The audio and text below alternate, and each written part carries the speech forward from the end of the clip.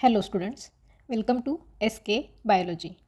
In last video, we have studied Lac-Operon system of prokaryotes, its structure, function and regulation.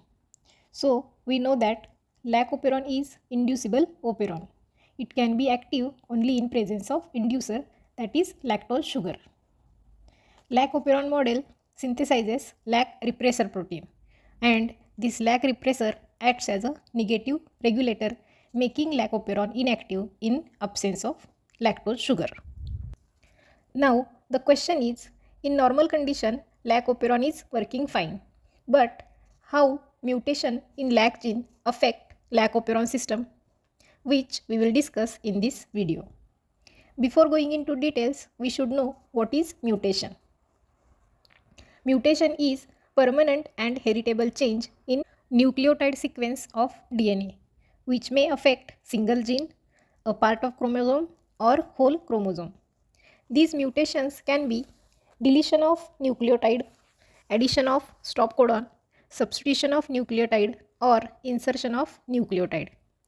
Let us understand now what will happen if lactose genes get mutated with any of such mutation.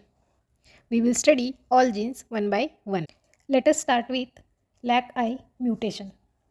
Lac-I is a regulatory gene which produces active repressor protein. In the absence of lactose, it binds to the operator and there will be no binding RNA polymerase, making Lac-Operon switch, resulting into no synthesis of any structural gene. But if Lac-I is mutated, it will produce inactive repressor protein which cannot bind to the operator, and RNA polymerase will bind successfully, activating synthesis of all structural genes constitutively, that is synthesis of all genes all the time. So conclusion is, when Lac-I gene is mutated, Lac-Operon will be active all the time even in the absence of lactose sugar. Second mutation, the mutation in operator. Lac-I will produce active repressor protein, but due to mutation in operator, there will be change in its nucleotide sequence, which will not allow repressor binding at operator in absence of lactose sugar.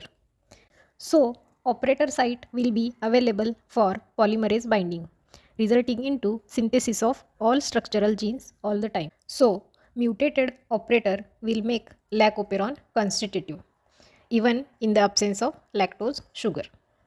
The third gene mutation is in Lac-Z gene. Lac-I will produce Lac repressor in presence of lactose also. This lactose will bind to active repressor and make it inactive. So, this Lac repressor cannot bind to operator. And again, operator will be available for polymerase binding. All proteins will be synthesized by transcription and translation. But due to mutation in Lac-Z gene, produced beta-galactosidase enzyme will be defective, that is non-functional, as this beta-galactosidase is needed for breakdown of lactose into glucose and galactose, which is an important step in lactose metabolism. This mutated protein cannot break lactose. If in such condition bacteria is provided with only lactose sugar, they will not survive. Now, next mutation is in Lac-Y gene. In presence of lactose, Lac repressor will be inactive and cannot bind to operator, which results into switch on of Lac-Operon by binding of RNA polymerase. All structural genes will be transcribed and translation into specific protein. But mutation in Lac-Y gene results into synthesis of defective permease protein.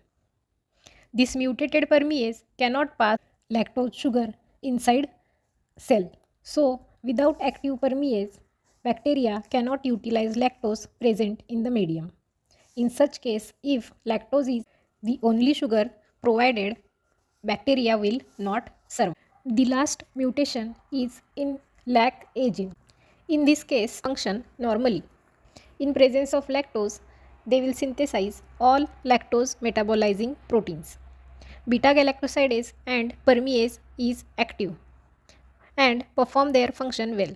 But transacetylase is non-functional due to mutation in Lac-A gene. In this situation, initially bacteria will survive and utilize lactose for its growth. But as transacetylase is mutated, there will be no detoxification.